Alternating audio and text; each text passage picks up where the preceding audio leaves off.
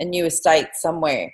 Is this still an option for them? It depends on the estate planning rules. A lot of these new estates have planning guidelines, which are, I guess, not separate to, but form a part of the General Council guidelines.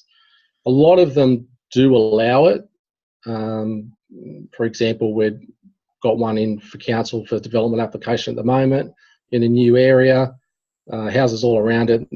We're still permissible to do a dual occupancy. So we've got a side-by-side attached dual occupancy in council at the moment, with just general housing around it. So a lot of the councils do allow that, and that block size is about 550 square metres. So it's not a huge block.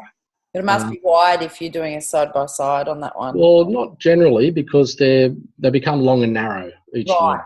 Yeah, so you'd like to try and at least have a 15-metre frontage. Yep. A little bit more, because by the time you come off your side boundaries and then each unit, that you don't want them to be too skinny and narrow, because then it doesn't.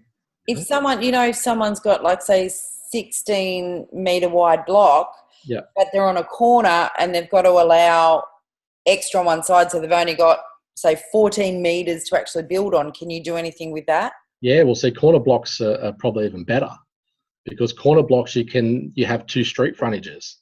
So you can actually play with the design. So instead of having a side-by-side stuck facing the street, you have one facing one street and the other one facing the secondary street with two separate accesses. So that's probably even more beneficial, because you can play with the design a lot better to work with the site. You're not restricted to having two very skinny units. Yep. You can manipulate that and make it work better. So corner blocks are always better for a dual occupancy.